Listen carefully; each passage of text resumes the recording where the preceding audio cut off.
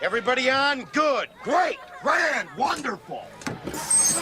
No yelling on the bus.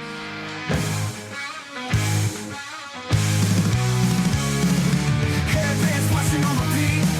The 80s and 90s can't be beat. So rhymes and pushing charts. Let's blast the tape decks in our cars. 80s dreams and 90s haze. Let's recall back to our favorite days. Welcome days. Hello and welcome to Totally 80s and 90s Recall. Get ready for a backstage pass to the iconic music blockbuster movies and pop culture moments from everyone's favorite 2 decades, the 80s and 90s. I am one of your hosts, David, joined once again in the studio by my time-traveling co-host, my platonic, non-loving Valentine. It's my good friend, Rob. I'm glad you clarified that for everybody. Today's episode goes out to all of our listeners out there who are pining for that lost love. The lost love that you think about has a smile that, it seems to you, reminds you of childhood memories. Their smile takes you back to a place where everything was as fresh as the bright blue sky. Now and then, when you see their face, they take you away to that special place. And if you stared too long, you would probably just break down and cry. This lost love has got eyes of the bluest skies, as if they had thought of rain. And if you would hate to look into those eyes and see even an ounce of pain. Their hair. Let's talk about their hair. Oh, their hair.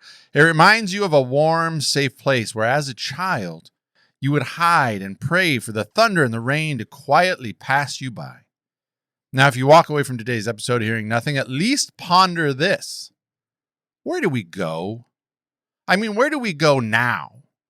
I will ask you again, where do we go? Sweet child of mine. That's good. There you go. You're done? It's like poetry. Yes. It's sweet. It's sweet poetry. That's the best way to describe it, is sweet. Sweet. Yeah. So, very good. Great poetry. You were inspired this week. Yeah. By Guns N' Roses. There you go. One of the both. So, one of the both. Well, we're back again. We're in the studio. again. We're here. We're ready to go. So, a couple of house cleaning situations. Oh, okay. So this week, our last week Yeah. on the dead, Yeah. our episode last week was Caddyshack. Yeah. Yeah, a lot of people liked it. Yeah, it was good. So, Good but feedback. I was scanning our YouTube comments. Mhm. We get YouTube comments We from do. time to time, and I was going over all of them, and I found my favorite one. So I want to read my favorite one today. Okay. So It's like a mailbag. I don't know if it's a gentleman or a female, but they said it was very short and to the point. We get lots of great comments every week. Yeah. This one just said garbage. So I would like to thank It didn't. It did. I would like to thank R. Campbell-Y4B for taking time out of their day to say garbage. Thank you. We appreciate the constructive criticism. Wow. They couldn't add anything to Nope. it, or Didn't elaborate. Garbage, period. So, wow. so we appreciate that. So keeps us on our toes, keeps us going. So, Garbage. again, R. Campbell, Y4B, Well, thanks for being out there. Fact is, you listen to it, I'm and that's your opinion. So we got it, right? So I'm gonna sleep well tonight. I'll sleep just fine. So there you go. So garbage. So all The image of him just at home, Just listening to typing the it. whole episode, Yeah. and then going, "Oh, Oh, garbage." I got to type this. These two or these three. I'm What, glad that. what are they doing? What are they doing? I'm glad that we elicit a response. Yeah, I mean, an emotion. good or bad, that's what we're looking for, That's what we right? want. In the Yeah. end. That's right. So, and again, when we get ones like this, keeps us on our toes. How can we be better, Rob? Because right now, garbage. So, well, That's right. also, Lovable garbage. currently Yeah. on another podcast, a friend podcast of ours, Children of the 80s. Yes. We were guests on their show. Hosts Jim and Lindsay were nice enough Yes. to have us come on Super cool to people. talk about theme songs from drama television shows in the 1980s. Mhm. And we had a whole rapport. Yeah. And it could be said that you and I were quite disruptive because it seems like the host, Jim, I think you and I successfully torpedoed 2 of his favorite songs. Just flat, like gone. And I think he's still a little That's okay. perturbed Yeah. by it. That's So all right. one of those being Hill Street Blues. Very He really liked that. yeah, that was a tough one. So, and my blasphemy on the Fall Guy hasn't gone as well. No. I stand by it. Yeah. But people have a strong opinion in the other direction. So That's pretty good. yeah. But we thank them. We had a great time. And listening to us. Yeah. Find Children of the 80s. You can listen to Yeah. Rob and I on there. We're having a good time. Yeah, Despite being disruptive. that's all right. And or maybe I was the one being disruptive. You seem a little more amenable to the situation. I was trying to be polite. You did. I But you did cast a couple deciding votes I did. that did torpedo those songs. I almost picked Fall Guy just to throw Yeah. everybody else's on. So we'll see if Jim asks us back, because I don't know if we're They're going not to going to get ask us a back. second shot of that. Well, interestingly enough, the other night, last night, a couple nights ago, I was talking to my wife, Uh-huh. my beautiful wife, Yeah. that I love very, very much. Yeah. And I was explaining to her, we were on this show, and I was kind of telling her, I'm like, oh, we had Magnum PI and we had A-Team. And I go, Yeah. they went through easy and, you have all this. And she was just staring at me. And I said, have you heard the Magnum PI song? And she said, no. And I played it for her on YouTube and she still said no. And then A-Team, no. And then a couple of the other ones, no. What She would didn't- she have Dallas, no. She didn't know. Well, she didn't know the songs. Never heard them. Oh. She's never heard the songs. Everybody's heard Magnum PI. She had not heard it. No. So I'm just, this year we'll be 25 years married. And I thought I knew her, but apparently I don't know her at all. You don't- So, and I'm not saying this is going to like it's not a, cause divorce, it's not a deal breaker. but what used to be zero is not zero anymore. I mean, can I really That's have her not know any of those 80s types of she songs? doesn't know Magnum Oh. PI. I was shocked. Wow, everybody knows. It's very hard for her to shock me, Wow. and I was shocked. So Even yes, the drama's on there, So- like the Dallas. And Yes. stuff. I figured she would have known. so yeah, those. divorce forever has been at zero, Zero. but it's not zero anymore. That's on the divorce So. papers. That's what I was gonna say. Yeah, Did not know Magnum Magnum PI. Sorry, irreconcilable differences. And you're gonna get one of those judges. And you're gonna go, oh yeah, this is immediately. approved. Yeah, he'll be like, well, he'll ask a quick question. Do you know the Night Court theme? And when she says no, boom, you're done. Get out of here. You two should not be together any longer. Yeah. So there you go. I guess it's my job now to teach her about that. So, well, speaking of wives, they're a little bit relevant to what we're doing this week. So why don't you share our topic with the folks listening at home? We were talking about 80s and 90s Valentine's Day. Yeah, Yeah. it sounds confusing, but we're just going to kind of go over Yeah. what Valentine's Day kind of felt like to us back in the Disney. The Disney. Yeah. I don't think. Well, we're a 90s show, and I don't think we Snoop said would that. use the Z's in a lot of his word. So I think I've been at work starting to use that again to see if people notice. No, you're not. Yeah, I'll give like a PowerPoint presentation, and instead of saying house, I'll say hizzy, Yeah. and I'll just see who turns their head Yeah. and see, and if they know it, Then you know, yeah. it is what it is. no, It hasn't gone well, I was gonna say I would advise against it. but Don't do it. but I'm committed, so I'm just going to keep going. The hizzy. So, well, Valentine's Day, which I'm on the record, not my favorite holiday. I'm not good at it. And I would Sorry. I would also just branch out to say not even a real holiday. In the form that it's in, it's made up, in my opinion. Yeah. So I think we've mentioned on the show before, so I'm not going to do a big history on it, but really the version of it was supposed to honor St. Valentine. Uh-huh. And Christians used it later for love and to promote fertility. So that was it. Sure. But by the 18th and 19th centuries, it became common to exchange handwritten notes and small tokens of affection. So those are the fools that got us where we are Right. today. Yes. So now it's just a money-making venture Mhm. where you put all this undue pressure on people, husbands, boyfriends, to be buying flowers, Yeah. go out to eat, Yeah. cards, Yeah. necklaces. Do you do the cards with the wife? No. We don't buy cards for each other anymore. Yeah, they seem like Like, let me pay. I have a strong $7. stance. For I a talked card. about cards last year's Valentine's Yeah. episode, and I maintain my opposition to them. I don't mind if I get one once in a while, but they don't. I don't know. I guess it's a gesture, but I don't love it. Mhm. So, but it's just a lot of pressure. Yeah, Did I make the yeah. right reservation? Oh, I didn't want to go to that restaurant. Oh, I don't like these flowers. Why didn't you give me roses? You got me daffodils or blah blah blah or Yeah. whatever it is, and you're like, okay. I And remember then, early oh, on. am in I our- ever getting jewelry? I'm like, okay. See, early on in our marriage, I bought my wife a dozen roses. Oh yeah, She was not happy that's good. because she, in her mind, she was like, "Why would you spend $100 $100+ for a nice. When she's like, we could have done a lot with $100. Tell her it's a gesture. I was like, I thought that's what people wanted. I thought In the that's future, what girls wanted. She goes, Tell "No." her, go, dear, in the future, Yeah. just thank you works. She didn't like it. We don't need the rest of that. She Just didn't like thanks. it. Yeah. It's kind of like when your uncle gives you a bad Christmas or birthday gift. You just I love it. thanks. Yeah. And I'll put it in a shoebox when he's gone, and he'll never see it again. Yeah. So next time you give her flowers, just I don't thanks. think I've gotten her flowers anymore. well, in the future, don't buy them. Just pull over and pick them on the side of the road, and then she can't complain about this cost, right? Yeah. And then it's even bigger gesture because you stopped, went out of your way. I took him from the neighbor's car. Yeah, and you can get those dandelion. Women like dandelions quite a Sure bit. they do. They're yellow. That's what I it's all hear. good. It's a good flower. Yeah.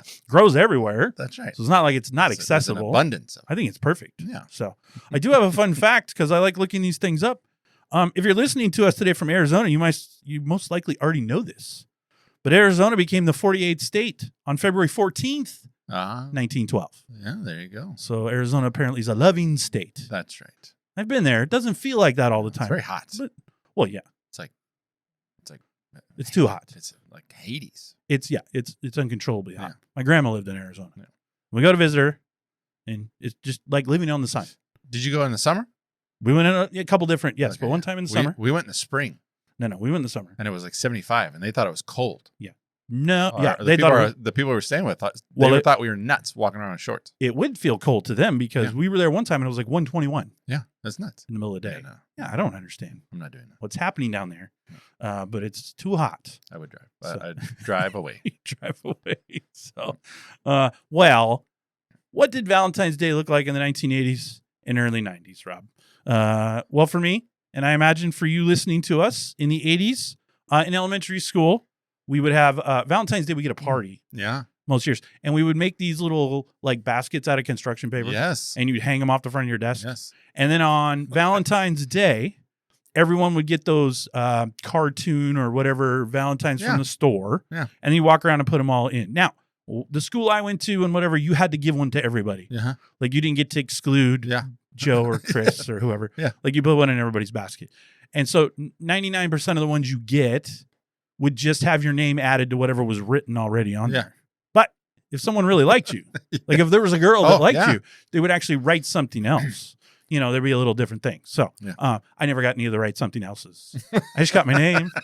So that's the way that worked. But I got all those. And then we would just hang out and eat candy and look at the Yeah. Valentines for like the last hour of school. Yeah.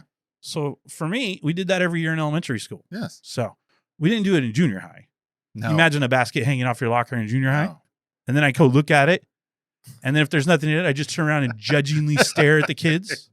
Yeah. It kind of goes away. Because we've already No, established yeah. nicest guy in junior high. That's right. You'd think there'd be some Valentines in there. No. There were none. Yeah. None slipped through the locker. There was nothing. Yeah. Well, I found an Maybe essay. that's why I hate Valentine's Day. Yeah. It's You trauma. harbor some Trauma traumatic from Yeah. childhood. Well, Jennifer Fliss is a Seattle-based fiction and essay writer, and I found this essay that she wrote, and I think it's worthy of reading. She says, "You go to the drugstore, love is literally in the air, thanks to air supply being pumped through the speakers. You stare up at the rows and rows of card options from Snoopy and Strawberry Shortcake to Batman. You choose very carefully. Will getting the generic dog and cat Valentine's Day cards say I have no money? Will the Teenage Mutant Ninja Turtles say I'm above this girly love stuff? With the card shaped like sweetheart candies say I'm fat? Oh, Right. You spend hours figuring out which cards you will disseminate to your third grade class. You don't want to get what anyone else gets. That was a thing. You wanted to make sure that you wanted to be different, right? And you wanted to get the cool stuff. You don't want to be seen as too childish or dorky. You want to have this to be the thing that turns your whole third grade existence around. There was some social power in Valentine's Day. no. It was a game changer, you think, and so you make your decision carefully. Your choice carries great weight. It is assumed that every mother will take every child to that very same drugstore, the one tucked between the Chinese restaurant and the deli, which I thought was funny because where we would get ours, there was a little Chinese restaurant right up. That's where we'd get ours. To select a box of Valentine's Day cards for the class, the girls will handwrite their own. Mothers will fill out the ones for the boys. Did your moms fill? No, I had to Did put the you do names on. yours? Yeah. It is an understanding that everyone will give everyone a card. You said that. I said that. No one will get left out. The adults make this assumption on behalf of the children, but the children, they know better. They know that this one is one of those moments when power and popularity become defined. This is true, I think. 3x5 note cards tell of classroom politics in a tangible way, one that can make or break a kid. In art, the week before holiday, your class makes Valentine's Day card holders out of white paper plates. There you go. There you go. You know what else we did? I learned in elementary school that I can still do to this day. It's quite the skill.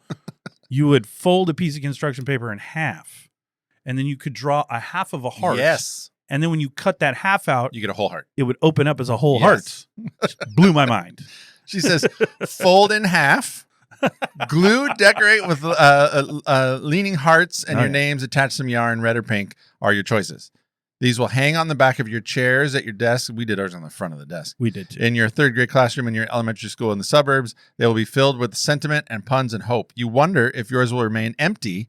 Your card holder, just a folded paper plate, no longer useful. No one likes you, you understand, to say nothing of being someone's Valentine. Did you ever get none?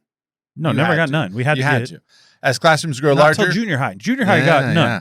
People get left out. To save money, of course, 24 cards in a pack, 27 kids in a class. Oh, yeah. You know where this is going. No mother will buy a second set, only 3 extras. So there are children that will get not get a card who will know in the end. And I remember that being a conversation when we were buying with my mom.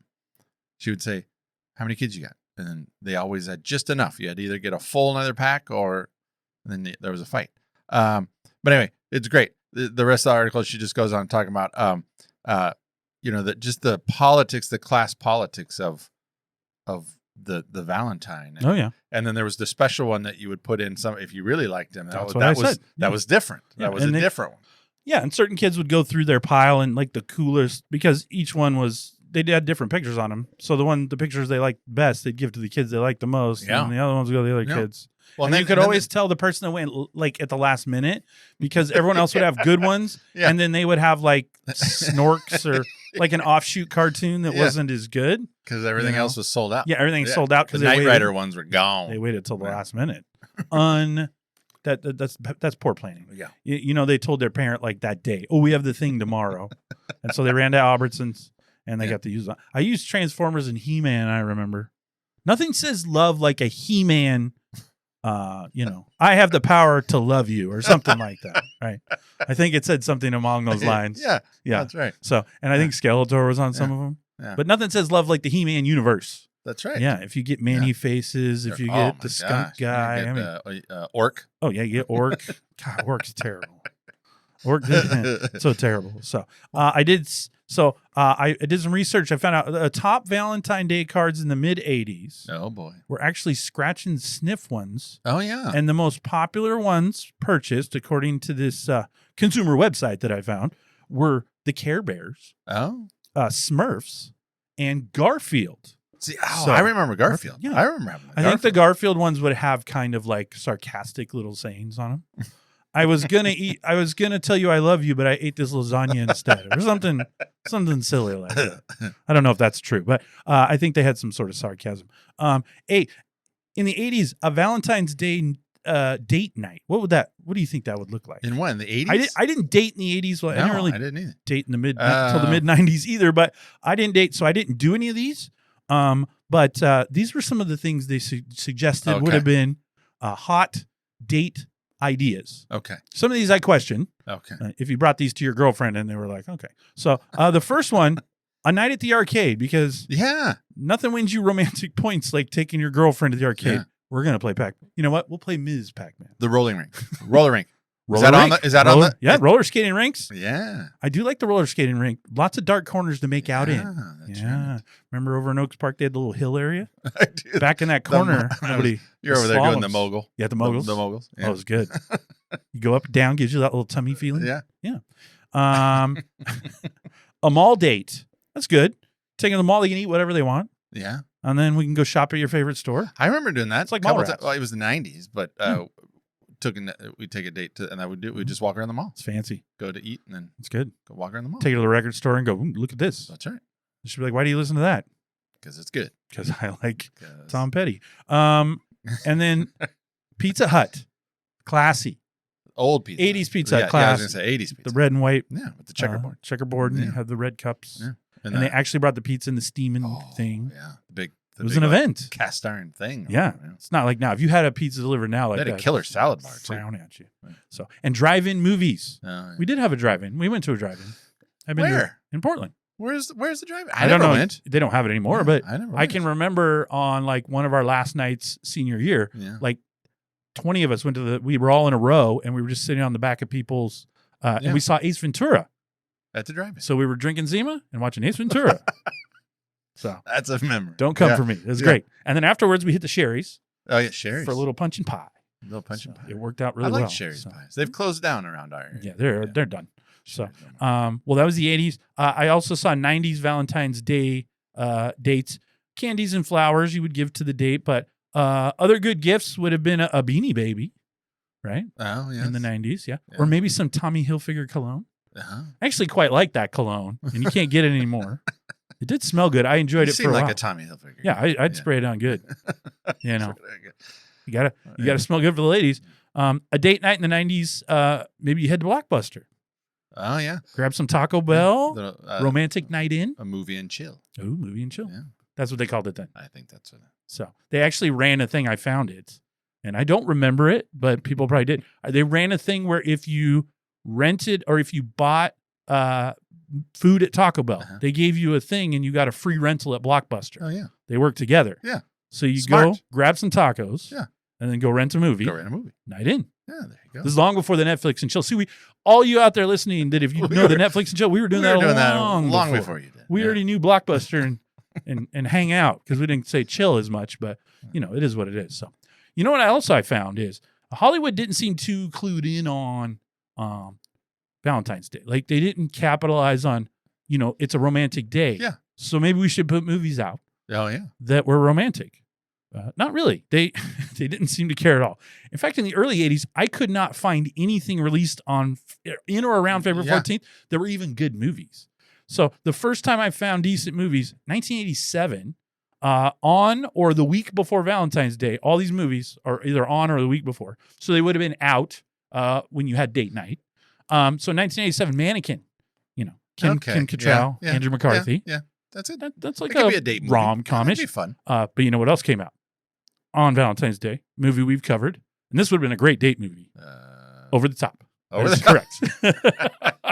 I will tell you off the topic. My daughter the other day said she was telling me what she wanted to be when she grew up. She goes, "I want to be like that guy that drives a truck and does the arm wrestling." Lincoln I went, Hawk. I go, "You want to be Lincoln Hawk?" She That goes, is "Yeah." correct. Who wouldn't want to be? So Lincoln my Hawk? youngest is aspirations to be Lincoln Hawk. Could be worse. Yeah. There you go. She gonna hit the arm wrestling circuit? She's gonna tear it up. Apparently. Hopefully, she doesn't run into I don't know. what was that guy's name? I don't remember. The big guy. Yeah. The blonde guy. Yeah. Basher or Slasher. Oh, yeah. Remember? I think it was Bash. I don't believe anything. Anything he says. Oh, he has a name. We're not saying the right name. That's gonna, So, but Over the Top. Nothing says romantic. Like you get your date into that movie, and then it starts. If she doesn't leave, keep her. She's a keeper. That's right. So, but in 1990, no. even better than Over the Top, be like, hey, I'm gonna take you out to a movie tonight for Valentine's Day. Oh, great. We're gonna go see Steven Seagal's Hard to Kill. That'd be a great romantic movie, right? So, 92, you could get a laugh. Wayne's World came out in February. 1993, Groundhog Day. 95, Billy Madison. So they're starting to figure out, let's put some comedies out. 96, Beautiful Girls. Oh, And if that's a little too sappy for you, also releasing that week, if you need just a little more oomph in your life for your date, Broken Arrow. Yeah. that's where For those- says, for do those of not you- shoot at Yeah, the nuclear weapon. weapons. Yeah, For those of you that don't remember Broken Arrow, we have John Travolta, I believe Christian Slater. Yeah, and they're on a And train. they're on a train with That's a awesome. nuclear weapon. It's great. I think Travolta stole the nuclear weapon. Yeah, he was a bad guy. Yeah. Yeah. And when there's a nuclear weapon that has gone rogue, they call it a broken arrow.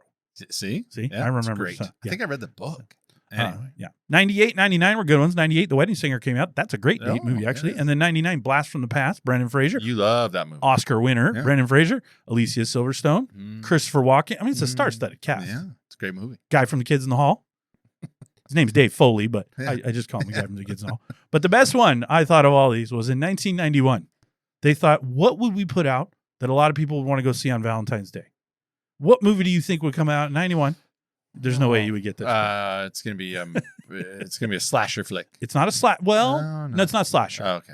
But it isn't a genre that you wouldn't probably think, let's go see that on Valentine's Day. Silence of the Lambs. Oh yeah, Yeah. that's close. Be like, hey, we're gonna check out this check out this Lambs movie. Yeah. See what happens. It sounds nice. Sounds good. Yeah. And then Hannibal Lecter shows up. And again, if she stays, she's a keeper. Yeah. Right? So, Or you're like, yeah. she's So for the 80s little and 90s, unhinged. literally those were the only movies like by name that I knew yeah.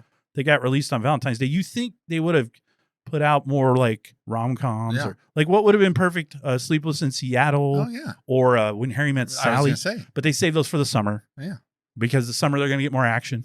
Right. And then Hallmark wasn't really doing they The don't movies. even, but they don't even do They do something. they don't capitalize on the Christmas. Hallmark is Christmas. They That's do where Christmas, the yeah. rest of the year they show you a bunch of movies that they are what they are, but Christmas is where Hallmark makes their money. Yeah. That's why they do it now in Christmas in July and all this. That's true. Nobody does Valentine's in October. Like Valentine's is just in February. It's no other time. So, Valentine's in October. That's funny. so Yeah. yeah. So some movie ideas. Now, Yeah. I did not see any of these movies on a date to the theater because, you know, we've shared before, but I did not have my first date with a girl until after I graduated high school. Really? So yeah, I didn't. You did. I did not. I did not go on a date until after I graduated. It was the summer after my graduation. So Really? Yeah. Oh, I kept to myself a little bit. I was a little scared of the ladies or something. I don't know what I happened. don't know what to do. You turned into a little more of a ladies' man in high school than I did. So I don't know. you evolved more than I have. I don't know if I was still evolved. that shy kid in the corner. Hello. No, you weren't. No. If they had asked me to the movie, I probably wouldn't have been able to handle it. Like, what? I don't know. What? Where are we going? What are we doing? You want me? Makes no Oh, sense. my So, gosh. but yeah. So do you have any do you have any fond memories of either when you were younger or like high school about No. Valentine's Day? Did you ever Well- come to your locker and find a balloon or No. maybe you got a teddy bear? No. In high school, I had a couple girlfriends, and that I would get, we'd exchange stuff during the day. That was always kind of cool. That's nice. What'd you give them? I remember giving a teddy bear one time. You went teddy bear. I Did it have a heart did. attached to it? It did. It was Okay. white. Yeah. and a teddy Where'd you bear. get that at? Hallmark store? I don't know. Somewhere in the mall. And I did start to do flower. There was a florist down the street from the high school, and Milwaukee Florist. and I used them often. Yeah. I'd get some flowers, He did. and I have them sent to the class. Oh my gosh. Yeah. You're one of those. It worked good. I used to hate that. Teacher has to stop class. Yeah. These flowers come in. Let's Yeah. just make everyone else feel terrible. Yeah, it was Right. great. And She liked them. whoever sent those is setting the rest of the dudes up because all the other girls are like, how come you didn't send me flowers? Yeah, What a sham. yeah, that was good. Yeah. It worked. It's not good. It was Yeah, it good. worked. It We worked. we don't want to hear about how it worked. All right. We don't need to know about you. Yeah. If you see that truck a rocking, No, don't come a knocking. no, it's not true. It's not true, Mom. Yeah, you had that inflatable thing in the back of your truck. No, I did never mind. not. Yeah, so That's not true. it's for those late nights in the woods. Yeah, out in the woods. We're going camping, Mom. No, never. That's No. good. Yeah. So, No. well, you didn't have to. You had the love nest in your house. You know, That's right. you had the little apartment over the house. That's right. I did. Yes. And, I was basically The famous, single. beaded curtain I you did walked not- through together. I did not have Yeah. beaded curtains. Okay, there was a lava lamp. I did have a lava lamp. I for a know. while. You thought you were Greg Brady. I don't know if I stole for that a from my short time there. sister. I think you had a beanbag too. If we really want to get into I things, don't think I had it. Well, if I had one, I stole it from my sister. that sounds about I right. know. So, I know. all right. So let's see. Teddy bear flowers. Yeah, it was good. And a dinner once in a while. I don't know if I ever did. That's dinner. cool. You didn't hit the OG. No, Maybe a little. it's too. I don't know what other restaurants in too Milwaukee. cheap. Super Burrito Express. Yeah, you'd have to go downtown or something. Let's share a burrito. Yeah. Yeah. No. Let's go to KFC and get some chicken littles. Wasn't a dinner guy. Yeah. That'd have been great. You should cheap. order like 20 chicken littles at KFC. Sit down. You can have 5. I'm eating the rest. We'll share a soda. Yeah. You get a box of tacos at Taco Bell. You guys eat those chicken littles like they do on Lady and the Tramp, one on each side. Those chicken littles are good. Man. They're fantastic. They don't serve them anymore. No, they don't do them anymore. I say KFC now because that's ingrained in my brain. But when we were kids, it was just Kentucky Fried Chicken. Oh yeah. I don't think the KFC came until later. No, we didn't really- They didn't. They we didn't really shortened refer to it. We didn't refer to it as the acronym. No. Till later. No, there was a KFC at my house forever, and I thought getting KFC when I was a kid was a pretty, like, Dad would It come home was. with a bucket of chicken. I'm like, That oh, was like we're, a thing. we're having a meal. Yeah. The potatoes, the gravy, he had the coleslaw. Yeah. Now that meal costs you like $200. Oh, yeah, no, it's a lot. It's nuts. So, and most people go to Popeyes, so Yeah, that's true. They have better chicken. KFC get. They do. So for the KFC folks out there, if you want to sponsor the show, that's fine. We're Rob just not gonna does eat it. prefer the Popeyes to it, but I'll eat it. I like the original. I still like the original That's recipe. all right.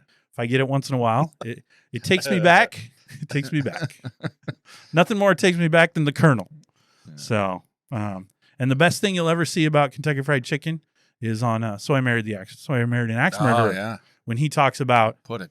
you know, the Addictive Colonel. chemical that Yeah, makes you you crave it daily and smart or ass. daily and nightly Yeah. smart ass. It's one of the best speeches in the history of cinema.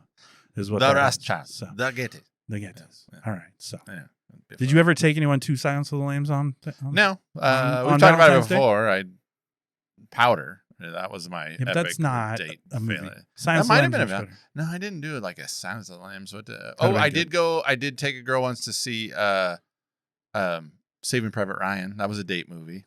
Those are Awful not choice. day movies. No, I'm telling you, I'm admitting this that my movie choices are not great. Here's the I thing. I look back now and I go, yeah. Yeah. Not smart. Here's the But thing: when you go on a date to I- a movie, you I pick a liked movie that you don't really want to pay attention to and I watch. know that now, but it So, was a little too late. because back in the day, movie was code for it's going to be dark, and then we can start hitting what second base. Yeah.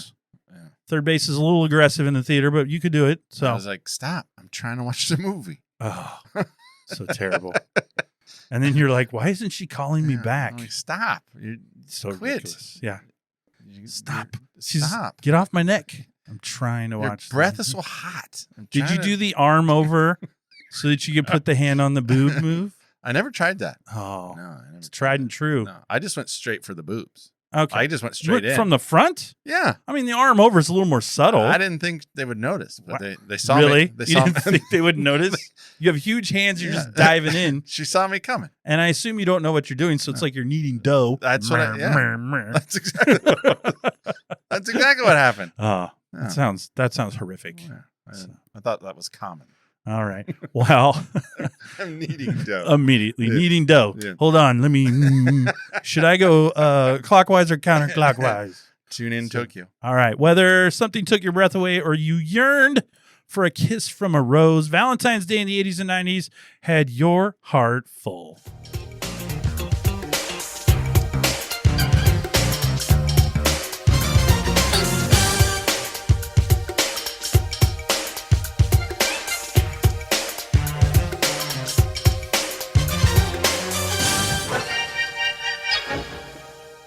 If you just tuned in a couple minutes ago, this is not a podcast about pizza. Rob was just talking about his exploits as a young man on a date, and somehow kneading dough came into that conversation. So, well, we're going to go over a few of our Valentine's Day favorite things here today. I got a couple things we're going to cover just for fun, just to have a little conversation, and we're going to play a little music, and we've got some other things. So, but the first thing we're going to start with, and it's going to go out of order. So I'm just going to Rob's got notes, so it's going to throw them all out of whack. But What the heck? we're going to start with just to talk about our favorite Valentine's Day candies, Oh, okay. like All to right, give all right, or all right. get or All right. both. You can do both, Rob. Oh, wow. So we'll start that with you. To give or get? Yeah, you pick. It doesn't matter. Well, I mean, I think there's the classic, What's the classic? the candy hearts, Oh yeah, the Chucky Necco. yeah, those little. yeah, they're made by Necco. Is that what it is? Yeah, we've Necco? had a conversation about Necco before. In Yeah. fact, I believe on our last Valentine's Day special last year, which was 90s Love Songs Volume 2. Uh-huh. You should go check that out. Yeah. You actually had like some background on Necco. You're like, they're still alive Oh, and yeah. they're making these things. Well, and I now, think and blah, blah, didn't blah. they like start as like a medicinal? That's what it was. Yeah, it's like, medicine, cough drops. Or Yeah, you had something. quite a Yeah. background. Yeah, No one yeah. had known more about Necco before than you. So Yes, I went candy hearts. Candy Heart's good. And then there was one that lollipops. There was spectacular. It's particular. Yeah, Spectacular is a word. it is. We're gonna make it. We're a gonna word. make it one Yeah. today. There was a specific. I think I mixed specific and particular. It works. Spectacular. We don't have time for two words. We'll just use one. So what's particular lollipop was no, this? there. And a lot of times they would be stuck in a little Valentine. Oh yeah. And they were the red one with the white. Oh yeah. They had white stamp lettering on them. Yeah. Yeah. Like what was the lettering? I think it. it might have said, did it have any writing on it? You just said it had a stamp writing on it. Yeah, but it had a white. I remember Yeah. it had a white border. Did you eat it? Yeah, you would Oh, eat okay. it. Yeah, Turn your Make tongue it red. all red. Yeah, turn your tongue all red. Yeah. So, Looked like you were. Ken Hearts, lollipops, anything chocolate. Yeah. I was always up for that. Ooh, I saw in the 90s, that's when they introduced the Hershey's Hugs and Kisses. Oh yeah, I did put kisses because Yeah. that was my wife brought up anything the candy necklace or bracelet. Oh yeah, that was a hot item. Yeah, and again that goes back to what I said at the beginning. I do think there was some hierarchical type social stuff going on with what kind of candy. Well, yeah, You know, obviously. you could tell If the you kids give- had parents that were Well, like, yeah. you know, If you roll in with just the cheap stuff, Right. they're gonna know. You roll in with a box of Russell Stovers, like, wow. that's right. The, Who- the little mini Who are box. you? Are Yeah, you Richie yeah. Rich? What is going on here Or if today? everybody got a ring pop, Oh yeah. you're like, what? Well, those My things mom's not buying a ring pop for everybody. they were like 10 cents. My mom's not doing that. You could have done that. No. Just return a few cans. You would have made the That's scratch, true. and you could have done that. That's so. true. We used to do that. You know what I saw? And I used to get these at Christmas, but they made them Valentine's Day as well. They were the Lifesavers, like a storybook. They were in a book. And you Yes. open it up and you have Yes. different flavors. My sister and I still get them now. I like the buttered rum. for Christmas. Apparently, Oh, I was always 78 years old, but I like the butter rum ones. Buttered rum. Yeah, they were good. Yeah. Were you a Werther's guy? Yeah, they were good. Werther's original. Yeah, I'm into hard candy most of the time. It doesn't upset me, so I can eat most hard candies. I also like saltwater taffy if we're listing candies off. We live near Oh. the ocean, so we Yeah, get I like saltwater taffy. yeah, we're kind of saltwater taffy snobs. Oh, okay. It's got to be certain places. Oh, here we We've go. tried it at other places. I'm All like, right. that is not good. What about a Reese's peanut butter heart? Oh yes, Can't I go like wrong that. with Yeah, those. Yeah, As a yeah. plus. Yeah. So I got all my Valentines from my mother because she wanted to make sure we didn't feel left out as kids. Yeah. Because there weren't like girls coming over and Yeah. dropping things off. So And that was something. Yeah. As my mom would give my sister and I a Valentine's Day Yeah. present. Yeah. And that was always nice. That yeah, was a surprise. nothing says you're a ladies' man like your mom giving you. I did have my Valentine's mom candy. send me flowers. I think to the Oh. school or something. That was nice. You almost should. Actually, that's not bad. That might score you a couple points with the ladies because you're Yeah. like, oh, your mom Oh, sent you. Yeah. I almost My would mom just loves me. send them to myself and say they came from my mom. You would do that. Yeah, and then they'd be Yeah. like, "Oh, It's your actually mom not a bad sent you idea. Yeah. flowers." It would be. I think it would work out pretty well. But I can't go back in time and do it now. I didn't come up with these devious plans till I was older. Man, that would have been good though. Yeah. Or you like deliver it and it'd be like from a girl, but you know she goes to like West Lynn High School. You'd be like, oh, You and have then a whole the dudes are backstory. like, whoa, You have a what whole is happening? backstory. Yeah. She's nobody you know. Until it's the one kid in class like, look, my cousin goes to West Lynn. I'm gonna do some. I need to ask. asking around. I need to ask a question. I don't think we've met you, Dave. I don't think West Lynn girls are sending you flowers. Yeah, maybe. No, they're not. They were a little snobby for the rest of us. Yeah, no. So, The Lake Ridge girls. for those of you that don't know where we lived, we lived in a pretty nice suburb, but West Lynn was considered a little more highbrow. Yeah, that was. That was where the ballers lived. That's right. You're like doctors and stuff. Yeah, the Blazers would live. Some Blazers lived. Well, they lived in like Lake Oswego. Oswego. That was even more affluent. Yes, they did. Well, if you tuned in today for a nice little map of the Portland area, Portland, Oregon, you are in luck. You found- Perfect time to tune in. So, all right. I You know think what? we You didn't say covered- it was Laffy Taffy. Yeah, I wasn't a big Laffy Taffy guy. It's Banana. okay. The banana Laffy Taffy. Banana one's okay. That was good. It was an aggressive banana flavor, and I think it didn't It's aggressive. because it wasn't like a real banana flavor. It was that like It's true. It wasn't offshoot of banana, Yeah, it was, and so it was a little off-putting. yeah, I like it. But I could see you just chomping on, and that's I another love it. reason girls weren't talking to you because your mouth's full of Laffy Taffy. Hey, Rob, Yeah, it's true. why are you always eating Laffy Taffy? Yeah. You're like the girl on Willy Wonka's chewing gum all the time. Are you still eating Laffy Right. Taffy? I know. And then you'd probably repeat the jokes you found on the wrapper. I did. Of course They're you funny. did. Yeah, they're like dad jokes. Yeah. I love the dad joke. Oh, Hey, girls, the girls, tell you a joke. it's terrible. Want to hear a joke? I'm sure they love it. They look forward to it Like, every day. yeah, You should do a joke of the Yeah. day every morning. They can take that to school with them. We do a joke of the morning. That's perfect. On the morning announcements every morning. Guess Well, whose those- idea that was? Those are for the kids. This guy. You should give them to your daughters so they can take them to the high schools and the middle schools. No, they'll get laughed at. All right. I don't want that. All right. Well, the next thing we were going to talk about is So in the late 80s and 90s, Yeah. it seemed to be quite a thing on TV Mm. for either your favorite sitcom or show to have like a Valentine's Day Yeah. episode, or Yeah. they would actually do like a mini movie or a mini show kind of revolving around, so a TV special revolving around Valentine's Day. So this might have taken you a little more work because you kind of had to go look around for some stuff. But I said to just identify a couple, like things you found that you remember that you watched, and then, why you liked them, or you look back on them now and you're like, why did I like those?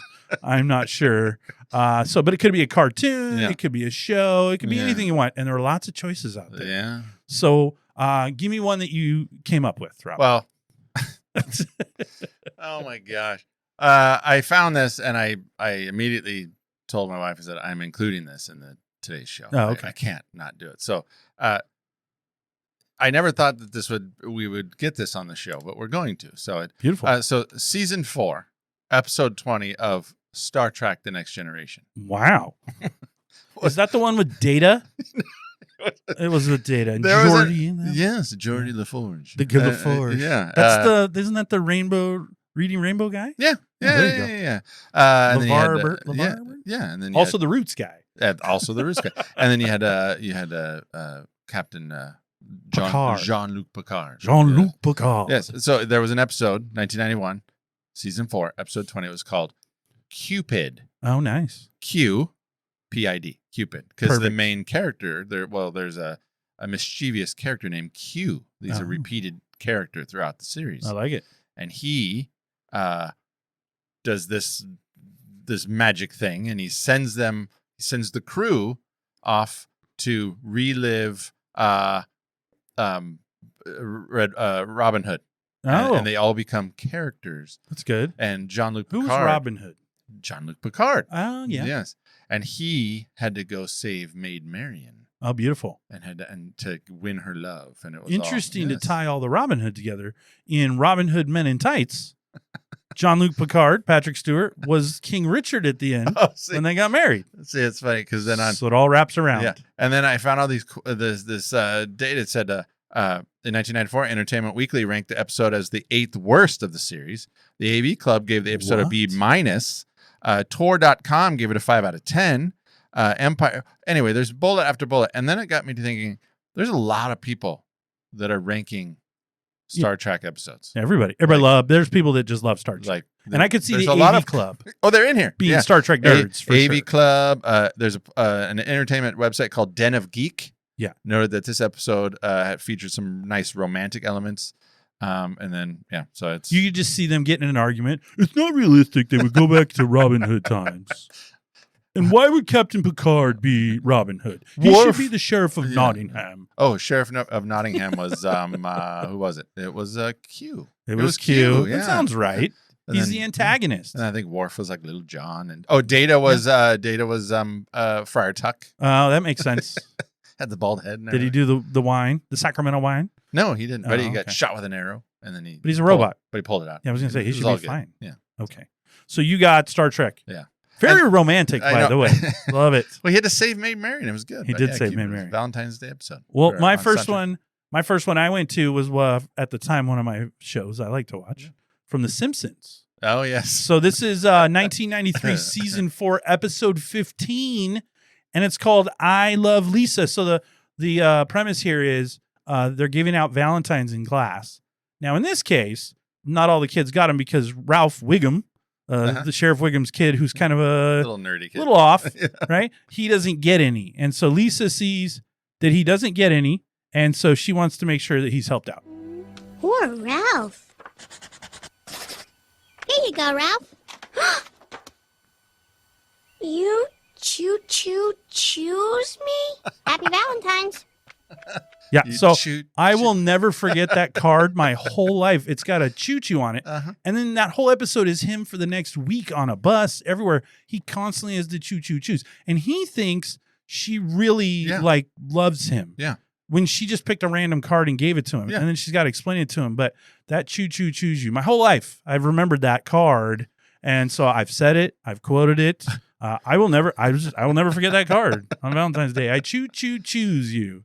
And that's a real deal. Like that would have happened. Yeah. Like one on reverse, you didn't want to be the one that got the Valentines from the one kid. Yeah. Yeah. I mean, we don't want to admit that, but that was true. There was one girl. You're like, I can't get it from her. But then you didn't. Well, that's not very nice, right? It was third grade. We're very It was, exclusive. It was in the 80s. It was the. Get away from me, Clara. That's right. I don't want your Valentine. What is this Cabbage Patch Kid? Get this thing? candy out of my bag. I gave Muppet Babies out once. That was a hit.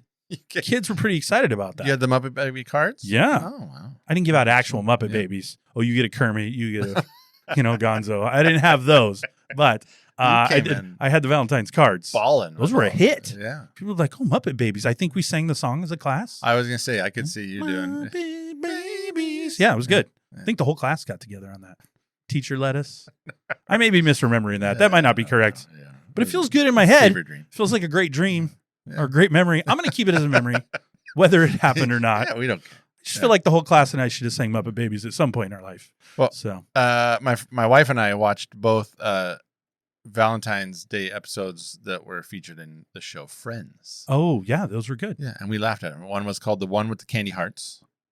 And then there was another one that I really thought was super funny, was The One with Unagi. Oh, I liked the Unagi. Yeah. And that was it was a little off Valentine's because it was actually the storyline was that Chandler and Monica were 2 weeks late.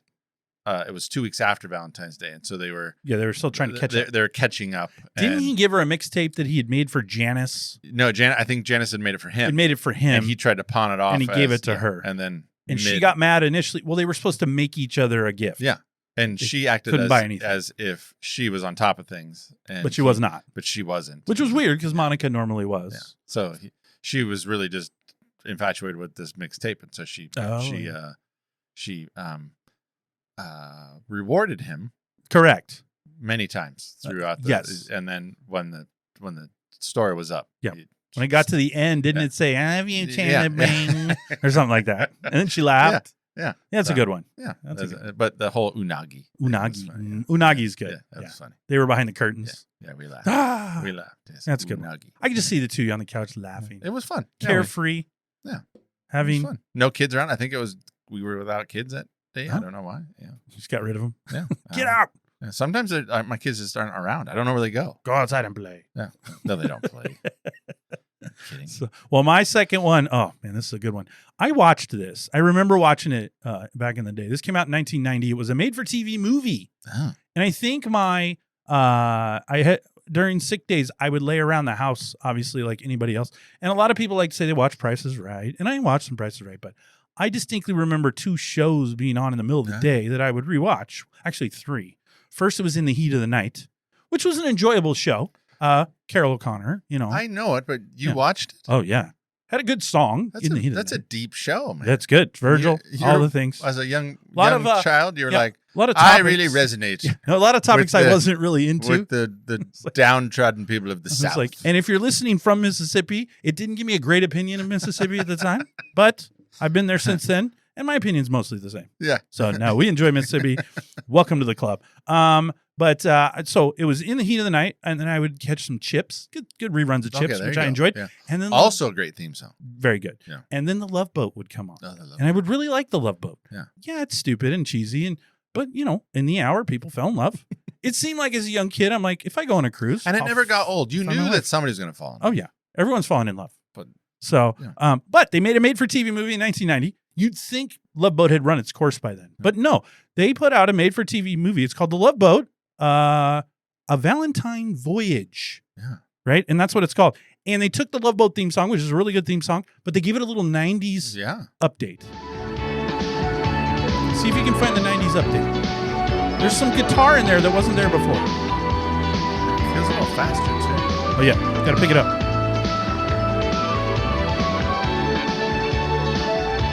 Exciting and new. I actually watched the preview. Climb aboard. Good. Yeah, it's very memorable. Well, here's the guitar solo. There was no guitar solo in the 70s.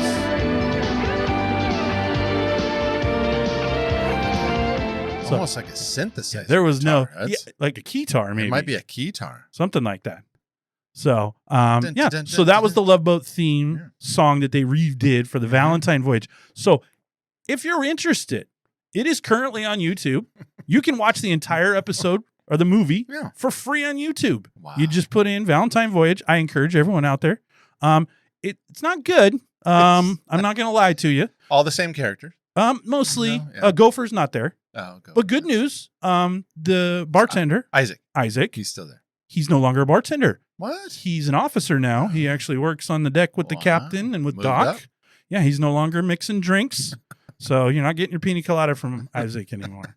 He's got bars on his shoulders. He's a legit dude. But this movie starred Rowdy Roddy Piper. Oh. So if you're going to start with that, all right. So he's an ex-wrestler Say no more. who's a jewel thief. Of course. Right? And here's the premise. 3 guys steal jewels at the beginning of the movie. And then they're on to them, the cops. So they stow away on the Love Boat, posing as couples Sure. to escape the cops, not knowing that the cops also were coming on the cruise.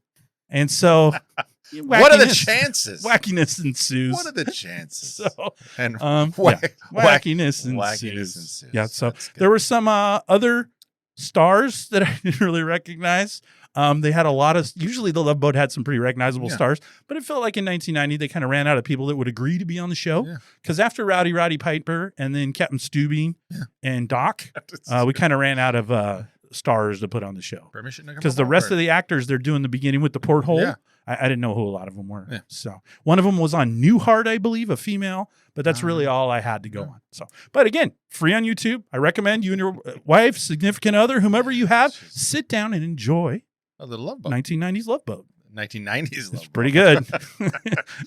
I'll promise you this. It's everything you think it would be. So, yeah. Did you have any others? No, Full House loved Valentine's Day. Oh, it did. There was 4 or 5 episodes. There's a great Saved by the Bell one where they wear hearts and then they give them to who they're going to the dance with. Yeah. And during that episode, Zach makes a subliminal message tape to convince Kelly to go with him because she'd already said yes to Slater. Yeah. It was quite the deal. Oh, yeah. I was going to say, I'm shocked that you didn't even bring up Saved by the Bell. Well, there's the whole one where the flashback. Yeah, the flashback. Yeah, and he how about the fact that Screech doesn't even recognize Zach as Bambi? Yeah, I know. You know, and then it's a good one. And then Screech is dressed as a heart. I try not to overdo the Saved by the Bell. He puts all the ears on the little worms for. Yeah, he's good for Kelly, not Kelly. Anyway, Lisa. Sorry. Yeah. So yeah, we know who the fan is around here. The Smurfs had an episode. 1983. I don't know who's fallen in love in Smurfland. There's only one girl. My Smurfy Valentine. There's only one girl who's fallen in love with the Smurfs. Well, I feel like that's a long day for her. Otherwise, so. Oh anyway. No! No. Well, the last one I had, I thought it was funny. I think I resonated with this because it's not about loving someone else; it's about loving a thing. And I had lots of things that I probably loved during that time. But Adam Sandler on Saturday Night Live, he had sang about Thanksgiving. Yes. He had sang about Hanukkah. That's right. And he didn't want Valentine's Day to be left out. My mom bought you when I was just 13. The brightest red sweatshirt that I'd ever seen. She got an extra large so I wouldn't grow out. That's too big for you, the other children would shout. But we stuck together, we didn't quit. And now the children say, what a perfect fit. I love you, sweatshirt. Red hooded sweatshirt. So that was him. That was the Valentine's Day special on Saturday Night Live, and he sang about his red hooded sweatshirt because that's what he really loved. So those were a couple of the things I remember from the 80s and 90s of things that I watched. But like you said, there were a lot of other ones. Yeah. I think there was a Garfield Valentine special. There was. There was a Charlie Brown. Charlie Brown. Yeah. Be My Valentine, Charlie Brown. I'm going to guess Charlie Brown got no love on that one. No, probably because he tends not to get... Roseanne. Night Court. Major Dad. Yeah. Home Improvement had a couple. Oh, yeah. I was thinking about Looney Tunes. Yeah, stupid Pepe Le Pew. He was always chasing love. Yeah, he's not a good... That's not a good example of anything. He was trying to chase that cat that he thought was a skunk. He knew it wasn't a skunk. We're not pretending he thought it was a skunk. Well, apparently, yeah. You don't think he mistook the black and white cat for a skunk? No. No. Okay. But why do you think he knew? Because he was blinded by love. he would paint the white off of himself because he knew Oh, it true, wasn't true. a skunk. True, true. So he knew. Yeah. I read So- that skunks and cats are in the same family. That sounds about right. That's why they call skunks polecats. Sounds because about they're right. Of the same species. All right. Well, the Anyway. last thing, skunk talk has ended. The last thing we're going to go into today is we're going to do a little music. Nah. So this year I've said I wanted you to go find your top 5 cheesy 80s or 90s love songs. Yeah. These are songs that a majority of people or people you know, or it's been commented to you before that these aren't good songs. Like they're overdone or they're cheesy and they're not good songs. But for whatever reason, you love them. It's like a guilty pleasure. Like, I really like this song. I don't care that everybody else hates it. So to shock everyone today, I'm sure Rob will be playing From a Distance by Bette Midler. Real close, though. Real close. Yeah. But yeah, so we're just going to go into a few of those so that we can have some cheesy, fun music that you can play this year. Yeah. It has a love feel to it, but you might also go, okay. It's got some. It's very, very saccharine, if you will. Yeah, it's a good word from the 90s. I don't know. I don't know this 90s. word. Saccharine. Saccharine. What does that mean? So, but do you have your music ready? What does it mean? It's like saccharine, sugary, yeah, sweet, too sweet. Got it. Okay. Okay. All right. So, well, do you have your music ready? I do. All right. Well, before we jump into the music, I've got a little. We got to get in the mood. Oh, so I have a little intro. A little intro for the mood. Right now, something new. By Snoop Doggy Dogg. Just hold on. This one goes out to the ladies. There's no way. It's a big bow wow wow. There's no way. Because we're going to make it a little misty here. So that's really the only part of that song we can play without I was offending say, the there world. is no way you get that song on this show. I just got it. Barely. Like I got the one part of the song you can play without, offending everyone. So, I wish we could play it. But that puts us in great the mood. Song. Yeah, if you know that song, if you're listening and you know that song, I suggest go listen to it right now because it's great and it'll give you good memories and all the lyrics are very appropriate. Yeah. So, and I think I've said this before. Somewhere out in the world, there is video of me singing that at a staff party. I don't see the problem. But yeah, hopefully they've deleted it. But all right. So what is your first cheesy song? Here it is. With the Bruce, huh? My little dove. You enjoy this? This seems like one you would. Yeah, Tunnel I of do this. enjoy it. It's not good. It's not good, but I like it a little. Bruce. It sounds country. Yeah, it does. But check this out. Let's see if I can take you back to the beginning. Okay, listen to the beginning. This is the beginning of this song. That doesn't sound country. It sounds like a 90s hip hop song. Yeah, it's bizarre. There's some weird stuff going on. Yeah. Thanks, Bruce. Yeah. Anyway. Why'd you pick that song? That's Tunnel of Love because it's MTV or because MTV. It's Bruce Springsteen. It's 1987. Okay. It was actually much bigger than I thought. I thought past his prime. I thought, that's not a good Bruce song. It's not. But it reached number 9 on the Billboard Hot 100. It was and it got a video award for MTV Video Music Award nomination for Video of the Year. So it doesn't mean anything. It wasn't a slouch. So it reached number 9. But I like a good Bruce Springsteen song. Yeah, you can't go wrong. But it's not good. It's not great. Yeah, most songs I picked today they're not good. But would you listen to them? The whole key is you're supposed to still like. If you hear them, you like listening to them. Yeah, there's a couple on it. My next one, like a couple of these, I wouldn't admit that I listened to them. But, that's almost exactly what I want. I want you not yeah, admitting that you listen to these. So that's... So yeah, I listened to the mainstream Bruce Springsteen. I got you. I don't want to admit that I listened to Tunnel of Love. 87 Bruce is not good. Yeah, it's not as great. Yeah. So I'll listen to 84 Bruce doesn't make me that happy either. So any Bruce, not the Bruce I need. Well, my first song, oh, by the way, I'm fairly convinced you're going to despise all 5 of my songs. Okay. Like, that's all right. Really, there's one you might go, oh, that's not bad.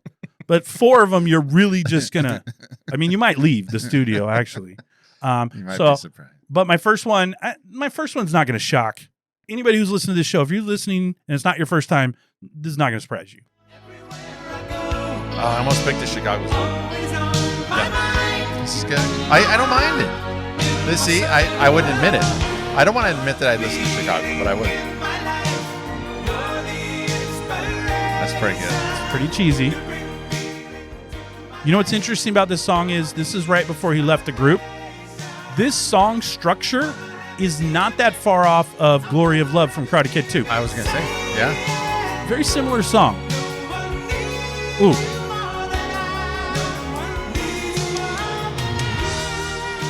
It's really good. Oh, okay.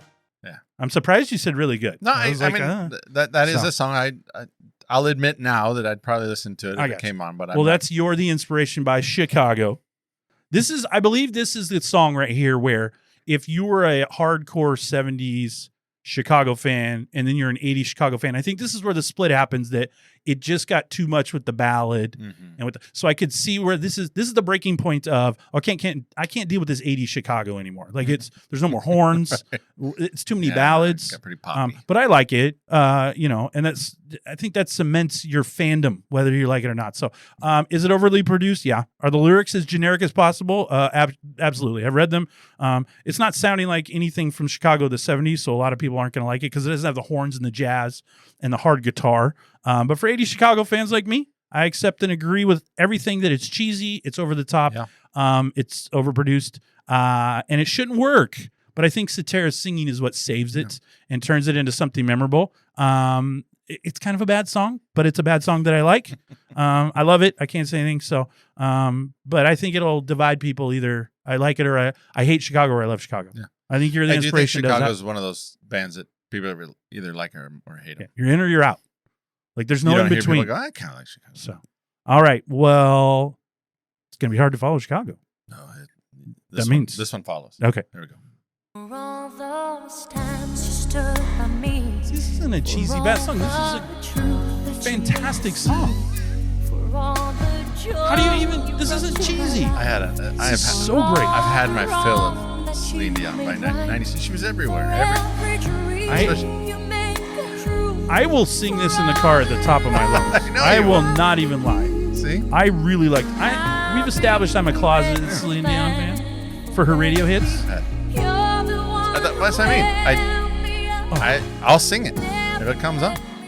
I know every word. God, it's so good. That was because you not loved me. Cheesy at all. And this came out February of '96, so it was right in the love. I think it's month. perfect. Yeah. It was the theme song for 1996 Up Close and Personal, starring Robert Redford and Michelle Pfeiffer. Oh yeah. So you had rom-com, Celine Dion, Robert Redford, Michelle Pfeiffer. Billboard called it the 14th top love song of all time. It reached #1 in the United States and all over the place. It won a Grammy Award. It was nominated for Song of the Year. It got an Academy Award. It was everywhere. I think you missed the point of this category. 2 million You're supposed sold to in the pick US. cheesy songs. It is a cheesy song. People This would hear song and go, is- I a don't lot like of that. people are going to say that And that's why I played it from the beginning. I like it. because I you don't hear care. that and you go, I love it. turn it. I couldn't turn that up loud enough. So this one. I Okay. figured you liked that. My second song. You're not gonna like this.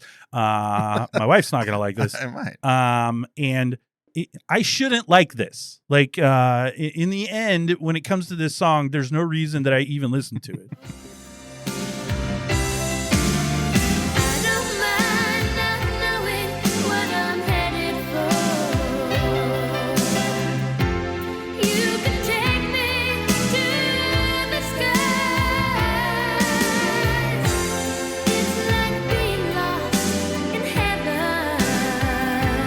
Why do I know this? Because you know it. Is this the Bengals? You don't know what this is? Yeah, I do. I'm But who's shocked. The Bengals. No. Come on. This is Lost in Your Eyes by Debbie Gibson. Debbie Gibson. Oh, yes. Damn it. So, again, definitely a cheesy song, but a #1 hit cheesy song. Right. So in 1989, this went #1 on the Hot 100. On the positive side, You and I are vibing it. I'm telling you what. on the positive side, this song is praised for Gibson's strong vocals and the song's ability to invoke a sense of innocent teenage love, often comparing it to a Disney ballad. Wow. Critics will say Critics will say it sounds childish, although Gibson was still in high school, so that might track, and would only be enjoyed by 12 and 13-year-olds. So, but to be fair, when this came out, I was a 12 and 13-year-old. Yeah. So, Yeah. the video has been called a little silly as well, which I agree. I watched it. It's just her sitting at a piano. And then they have these cuts of her and a dude, like in a field and in a city. It's like watching a Hallmark movie. It's not good. She wasn't meant to act in that way. So, Her and a as I dude. said, I shouldn't like this song. The guitar is actually pretty bland. There's nothing special going on there. The musical composition's not very exciting. It's not well produced, but it sounds good. But I just like it. I don't know why. So Gibson wrote the song on the piano at home after school. She gave a quote in 2021. She said, "I came home from school. I sat down on the piano. The song poured out of me in real time. I wrote it in 10 minutes and didn't change a single note." So good for Debbie. She came home from school, just couldn't take it anymore, and wrote this song. So now in 1989, you said this earlier, I would not have told any friend that I had as a 13-year-old in 8th grade that I was listening to this Debbie Gibson song. But I guarantee I taped this off the radio. Oh, yeah, sure. And when no one else was around, I had no problem turning it up and turning it on. Now, if you were to have walked in my room while this was on, I would have been, stupid radio, and I would have turned it off. I'd be like, Z100, what am I going to do? Playing So, this crap. but secretly, I like it. I like it. So, Well, that mine. and it's not a good song. My next one is going to fit Okay. right with that theme. I like it.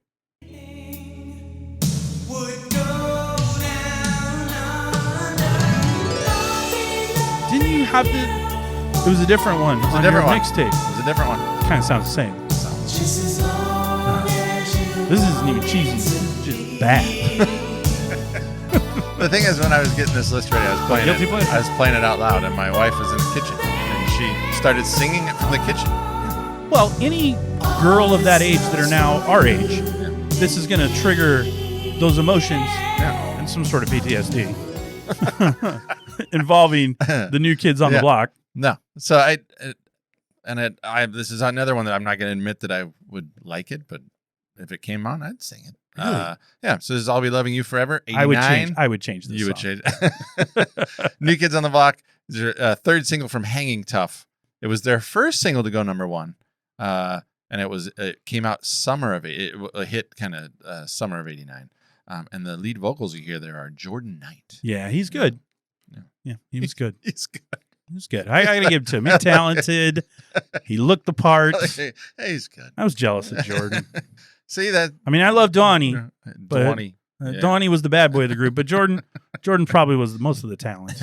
So, okay. Well, my third song, this is the only one I think you might tolerate, right?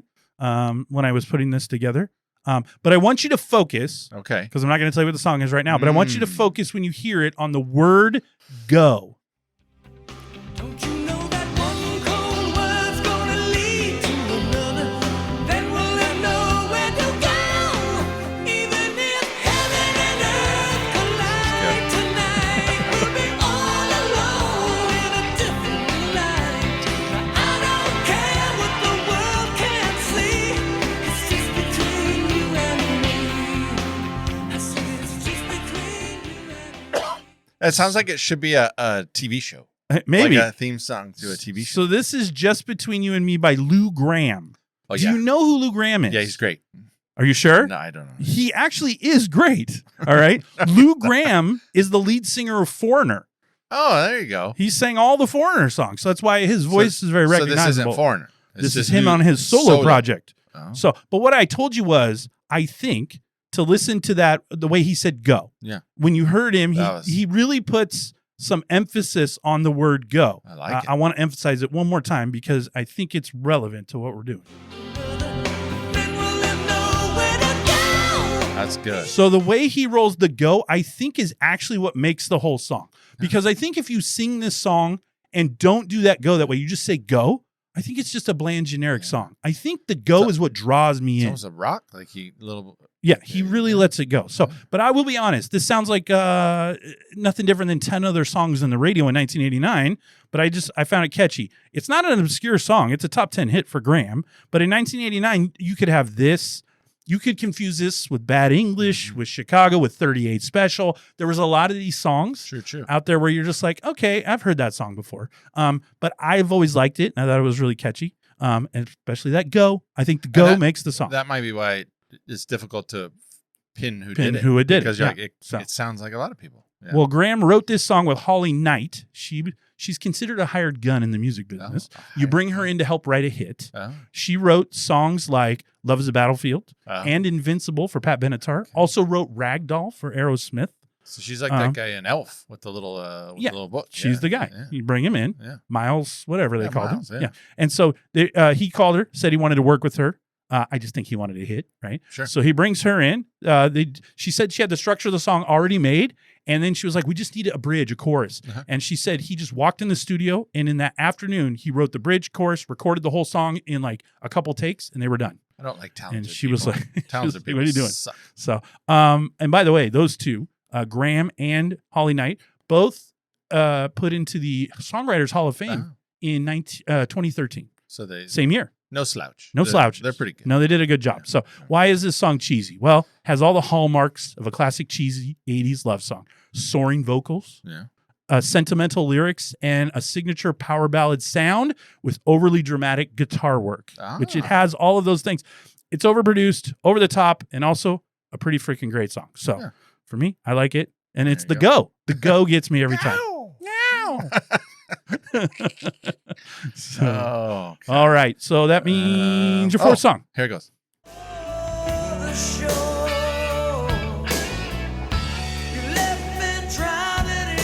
Yeah, anytime you play a Bon Jovi, Bon Jovi is one of those ones. this isn't the one I had from No, 95. it's not. Okay. No, my wife actually thought that. She goes, not far David off. used it. It's not far Like, off. no, it's a different song. Well, that right there tells you. I'll be there for you. These 5 words. I love it. Yeah. It's not good. But the fact that my wife got these two mixed up. Tells you they're the same song. Yeah. Thanks, She Bon goes, Jovi. Yeah. She's like, David already did that song. Why would you do the same song? I said, it's a different song. I had to prove it to her. But it's not. Bon Jovi's like, look, it already worked. Yeah, we'll just do We're not trying to overthink this thing here, Richie. Just write it again. I put as I'll Be There For You, Bon Jovi, released February of 89, written by Bon Jovi and Richie Sambora. There he It is. reached number 1 on the US Billboard Hot 100. Hooray. Here are the lyrics. I love it. I'll be there for you. These 5 words I swear to you. When you breathe, I want to be the air for you. I'll be there for you. I'd live and die for you. I'd steal the sun from the sky for you. Words can't say what love can do. I'll be there for you. Beautiful. There you go. You play those for your Valentine's date, you're That's in. Right. Yep. So at least in 1987 or whenever that came out, 88, I don't know. Yeah. What album? It was called New Jersey. New Jersey. Yeah. That's correct. I think that was 88 or 89. Yeah, it was like their So, first one of or theirs. something. Yeah. All right, we've hit my 4th song, which is the song I believe you're going to hate absolutely the most. And it's confused. The whole lyric I like setup that you saved is confusing. the one that I'm going to hate the most, and I saved the one I think you're going to hate the Oh, most. I love Yeah, it. Yeah. Look at it. We're giving gifts on Valentine's.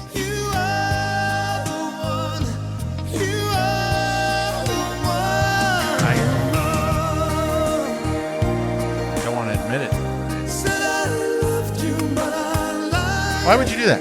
That's I don't such know. a dumb title. It's a great I said title. I loved you, It's, but it's confusing. but I lied. He lied. Right? See, this is a song I should have put on my mixtape. Said I loved you, but I was wrong. Well, this is later. It would have been isn't it? confusing. Yeah, see, that doesn't make any sense. It does. It doesn't feel so true. But I lied. So this is I Said I Loved You, But I Lied by Michael Bolton. That's So dumbest when song. he first says, you said I loved you, I said I loved you, but I lied, it feels like he's about to take a shot and like break up with her or something. I said I loved you, but I lied. But then he goes into this is more than love. Haha, got you. He says it's stronger than the love I feel Yeah. inside. These are just confusing. I know. And what's more than love? Is he becoming a stalker? Is he becoming weird? I know. I don't know. I will tell you this. If you go to YouTube and watch this video, it's worth the 3.5 minutes. He's standing on a rock and in the ocean. Yeah. There's fake fire around him. Yeah. And he's wearing a button-up shirt in every scene with only the bottom button by the belly button buttoned. Yeah. The rest is just open. So you've got the hair. And he's got a lush of chest hair. He did not shave for the video. It's fantastic. So Michael Bolton in the 90s was, yeah. he was a thing, man. So this is He was 93, everywhere. right? 93. Yeah. So I'm like a junior in high school. Yeah. So most people my age who were teenagers when Michael was popular probably didn't listen to him very much. But I just say I I wouldn't tell anyone because you'd probably be a butt of a joke. Yeah. Or someone would be silly and go, "You're not listening to Michael Bolton," because most people thought his music was horrible at that age. And in '93, what am I listening to? I have Snoop Dogg. I have Nirvana. Yeah. Pearl Jam. I have Beastie Boys. Yeah. So I have a plethora of really good music. Yeah. But if I'm in the car and this came on the radio, I'd turn it up and I'd listen to it with no one else around. I got a Michael Bolton tape for my birthday one year. I like it. And I acted like I didn't like it. And you listened to I it. secretly liked it. Yeah. He wrote this song with Mutt Lang. I played it along. What? That's The Mutt. so interesting. So he wrote this. I had a song that was written by Mutt Lang too. Well, Rob, as Stefan would say, this song has everything. A cinematic ballad style, soft verses that explode into power choruses, and of course, that classic guitar solo moment is Michael Bolton meant. What I'm saying is Michael Bolton meant for women 30 plus? Yes. Do I still like singing along with the song? Also, yes. By the way, the video has 273 million streams on YouTube and over 47,000 comments. Yeah. There is a weird guitar solo in this. It's like an acoustic Spanish guitar. And I'm not sure what's going on, but here it is.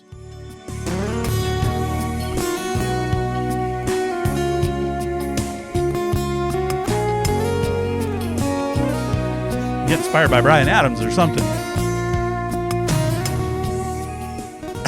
That is as generic a 90s guitar solo as I could ever think of.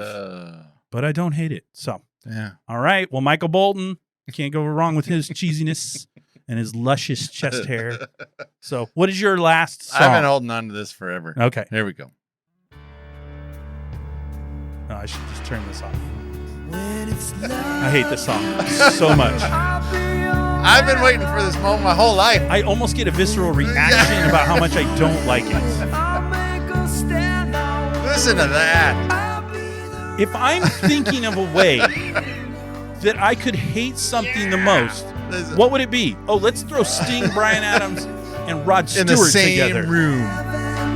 Listen to that. Awful.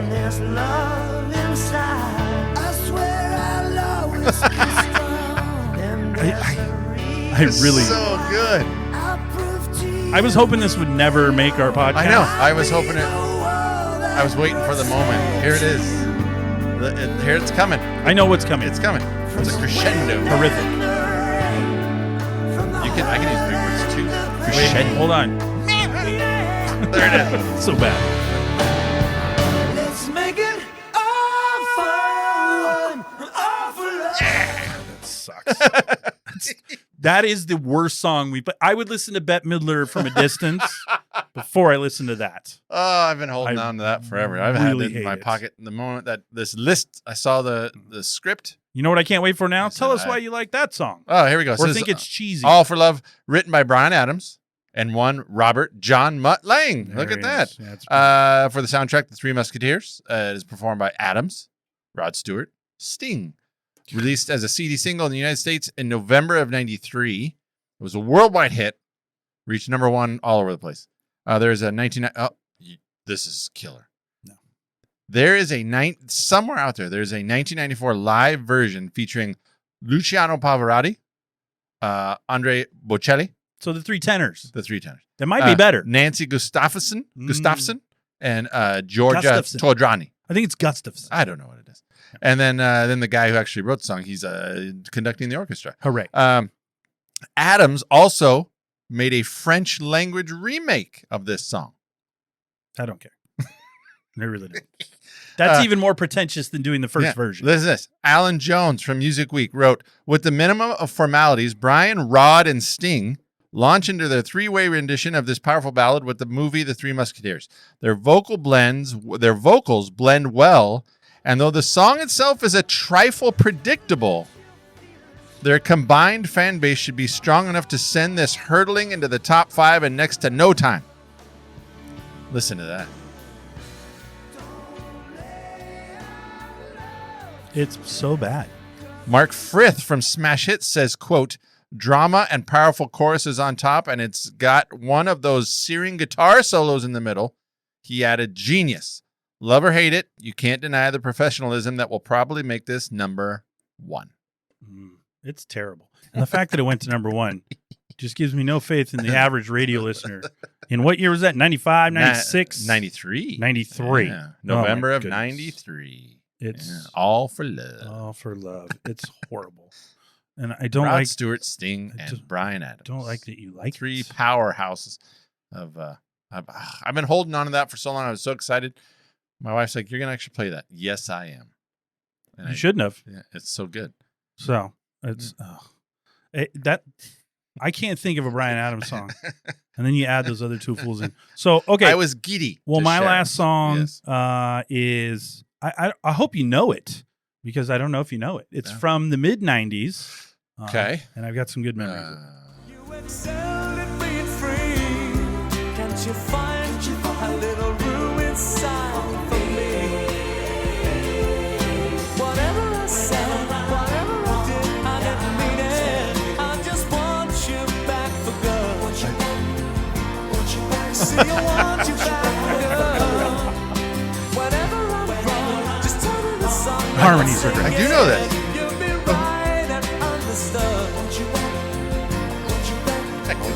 back for good.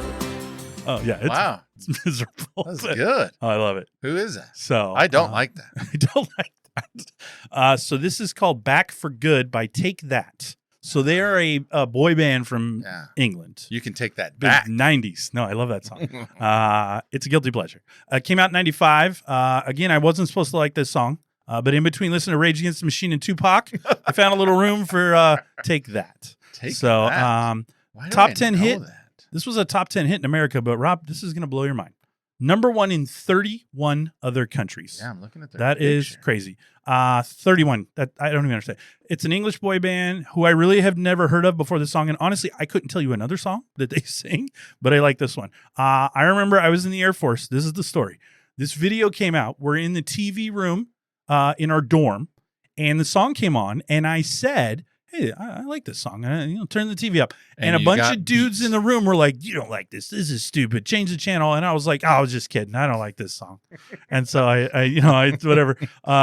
But I wasn't kidding. I did like the song, but I didn't want to be shamed in the room. And if I, at the age I am now, I would have easily told them, Yeah. "No, I love this song." Robbie So, Williams was in that. Robbie Williams. Was I in didn't that know band. that. So, Oh, okay. the music is too soft. The lyrics are silly, and it's a boy band. So I should hate this song on every level. Yeah. But I don't, despite it being formulaic.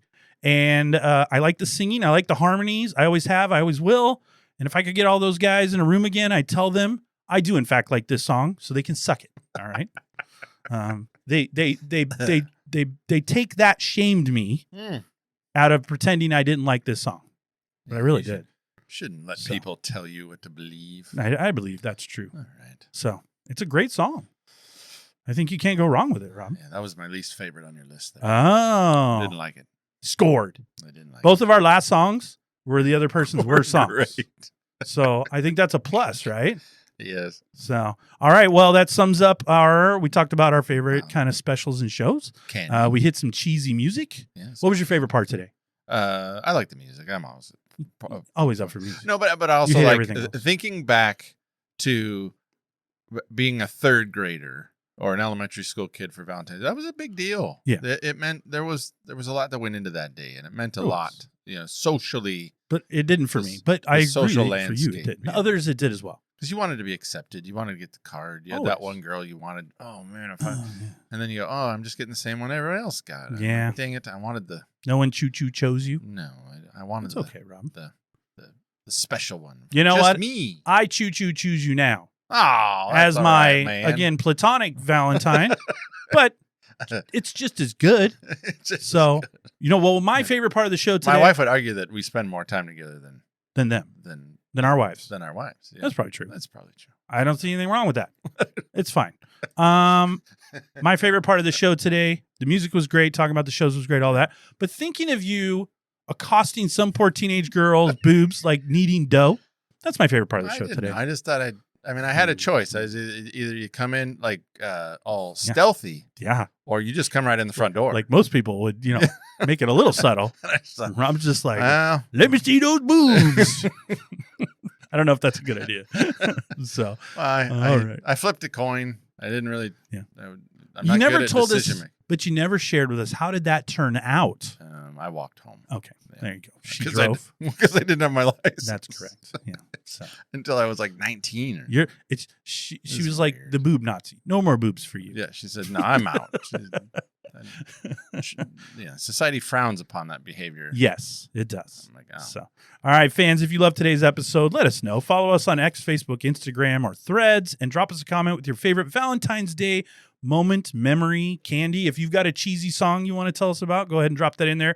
Or you know what? Any 80s or 90s nostalgia you'd like us to cover, we'll go over all of it. We'll even go over the parts on our YouTube channel where it says garbage. So you can check us out on YouTube if you want to see the magic of us making each episode. It's really just us sitting here looking at each other. But you do get to see me do some harmonies from Take That. That was That's really good. not normal. And Rob waves his hands a lot. So you get a little extra when you tune in. So, and you can find any of these links in our show notes, or you can just Google 80s 90s Recall, and you'll quickly find us everywhere on the World Wide Web. That's right.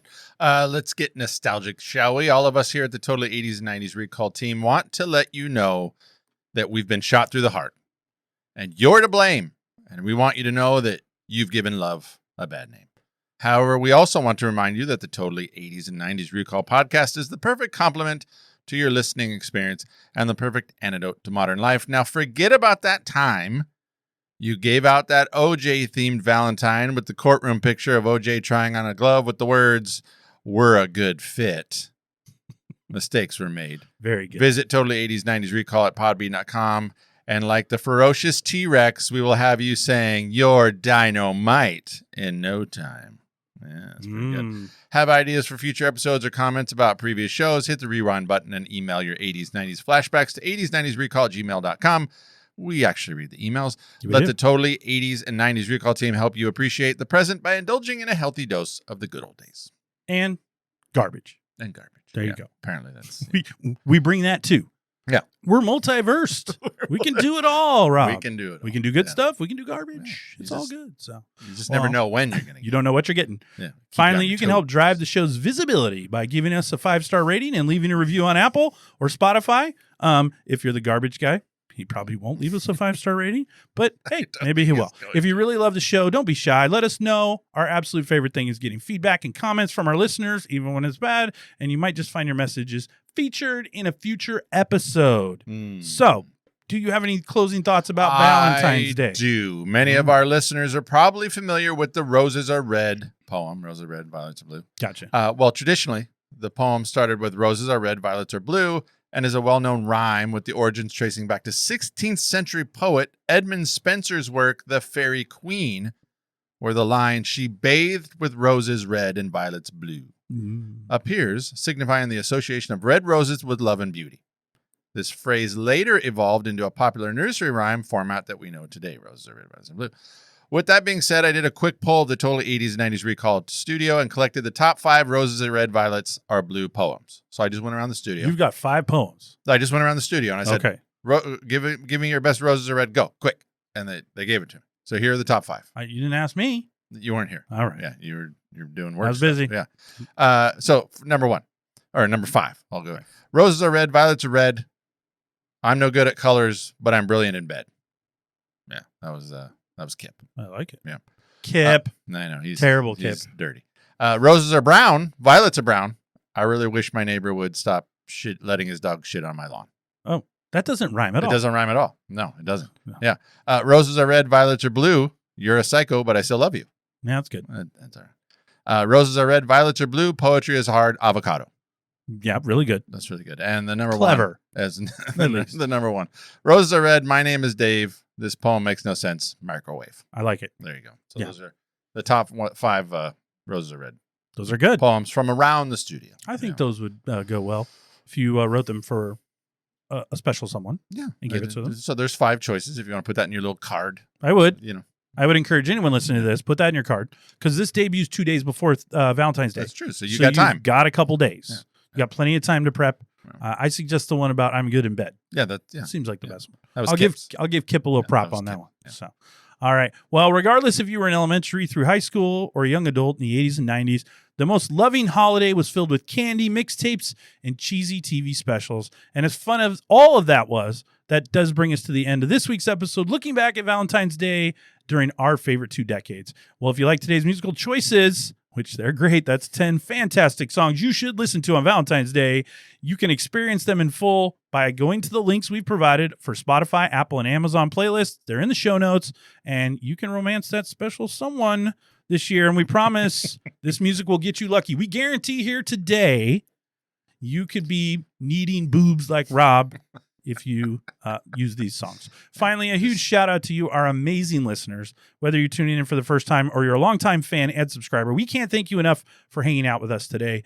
We hope we gave you a fun hour or so of laughs, love, and memories. And don't forget, you can catch all new episodes of Totally 80s and 90s Recall every Tuesday. Every Tuesday. Well, what are we doing next Tuesday? Oh, it's fantastic.